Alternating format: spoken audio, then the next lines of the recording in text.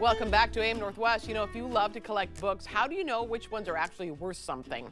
Here to share his expert tips, we welcome back antique appraiser Gary Germer. Great to see you. Give me a hug. Great to see you. Thank you for having me back. You love to collect books, don't you? I love books. I really do. That's one thing. People say you must collect everything, and I'm kind of a minimalist. But when it comes to books, I like books a lot. You're a minimalist, really? Okay, tell us in about. most things.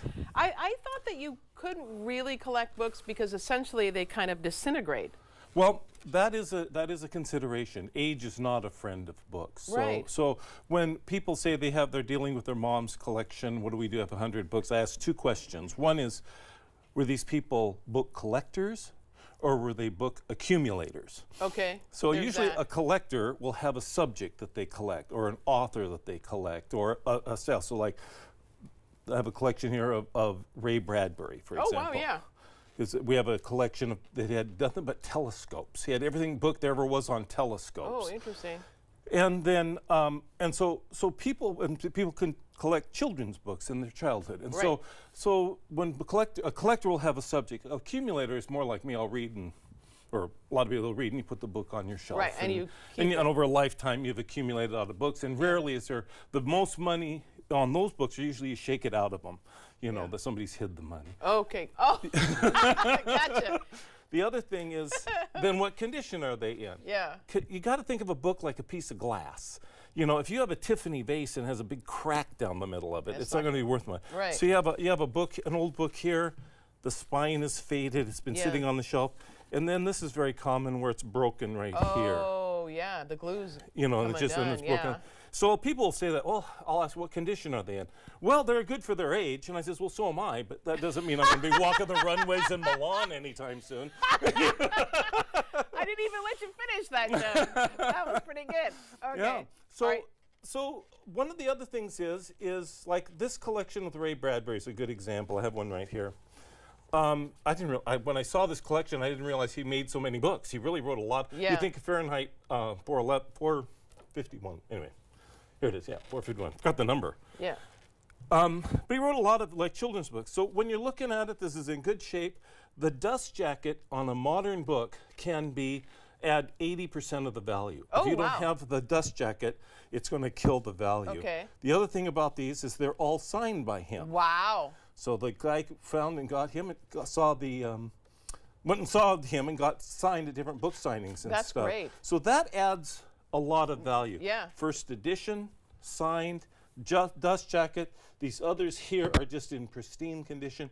They're not that old, they're not that uncommon, but because of those factors, it takes it from being a $2 books from a garage sale to being a $40 to $60 book. Gotcha. Okay.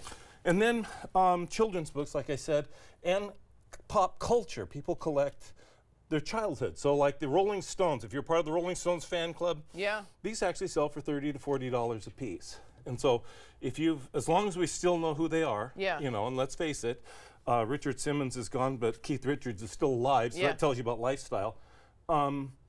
People will collect it. I still have to explain to younger people who Shirley Temple was. So these things can fade with time. Yeah, for sure. But people collect their childhood. Okay. The other thing they collect are illustrations. So like this one here, the little vixen, is illustrated by Maurice Sendak. Oh my gosh, that's got to be worth something. Yeah, well, Maurice Sendak, most people know for where the Wild Things are. Right. That's what we grew up with. Right. But you'll find a lot of books that were illustrated by him and somebody else wrote the book. Okay. So that brings this up to, again, excellent. Everything's excellent on it. Sure. It's a $200 book. Oh, wow. Okay. Yeah. So then we go back to condition. Here's some really old books. People collect books like these for their bindings sometimes, just because they're old and leather and they look great, But it can affect the value. This book here that's on the stand is actually the Bible in pictures. And it's by etchings that were done in the mid to late 1600s. Oh, you're kidding me. Okay. But we don't have the title page. It's been redone. Somebody did it really badly with this vellum that they kind of put on it. Yeah, I see. And so it affects, but all of the the etchings are in here. So if you can't read, you can still study the Bible. Yeah. Okay. Wow. So that goes from being a $2,500 book to being about a $500 book. Okay. But the thing is that if you get really old books like this, they're going to hold their value, such as this one here.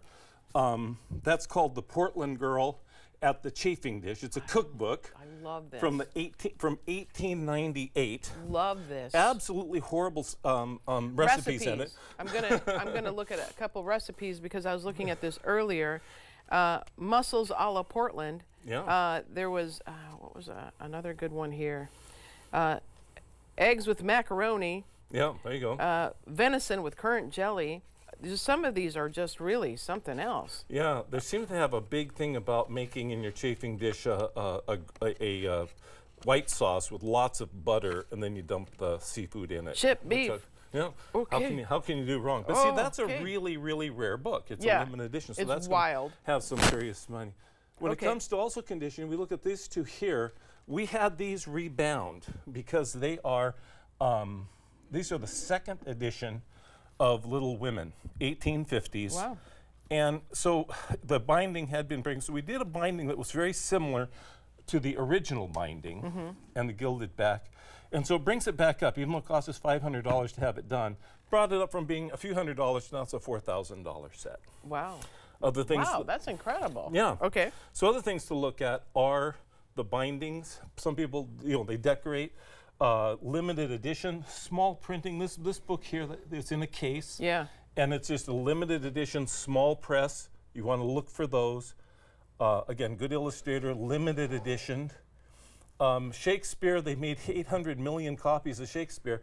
But again, this is a great decorator book. So a lot of people buy these books and simply display them. Around their house. Talk about them. I love it. I love it.